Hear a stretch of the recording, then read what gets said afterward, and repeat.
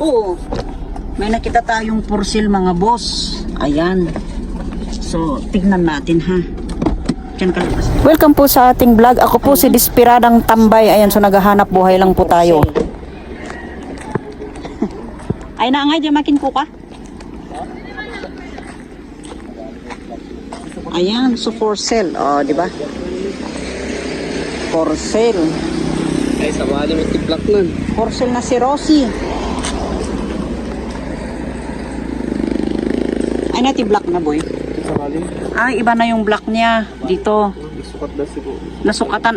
Saan galing yung black niyang yan? Kaya, anong motor? Rosie din kaya? Rosie mat lang, pero nasukatan ti-black na. Ano yung siya, sir? Ha? Ano makala ko yung siya? 20 pa. Ay, 25. Nakarestro ako yun. Ano sa bahay tiplak niya? Oy, black ko nga dati. Yung original nga pati Euro 150. Ay, Euro 150. Okay, so galing siya sa Euro yung kanyang black na original daw ang kanyang Yung model snap. ng So okay naman po yung kanyang motor.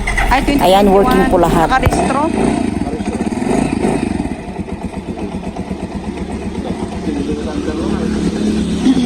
Okay, so dito lang sa may part ng Lantap ito guys, yung binibinta nilang Rosie. Ayan, o sa may gusto doon, ayan, pwede nyong daanan yun. Makikita nyo lang po along the highway lang po yun, okay? Ayan, so sa tingin naman po natin, hindi po siya pasok. Siyempre, hindi po yan pasok pang buy in S. So, imimit natin yung talagang commit up po natin dito. Ayan, so may commit up po tayo. So, yun is nadaanan lang natin na naka for sale. Yan. Okay, so antayin natin dito yung commit up natin. Ano yung commit up mo? 60? 60 tiligs na? Na po daw?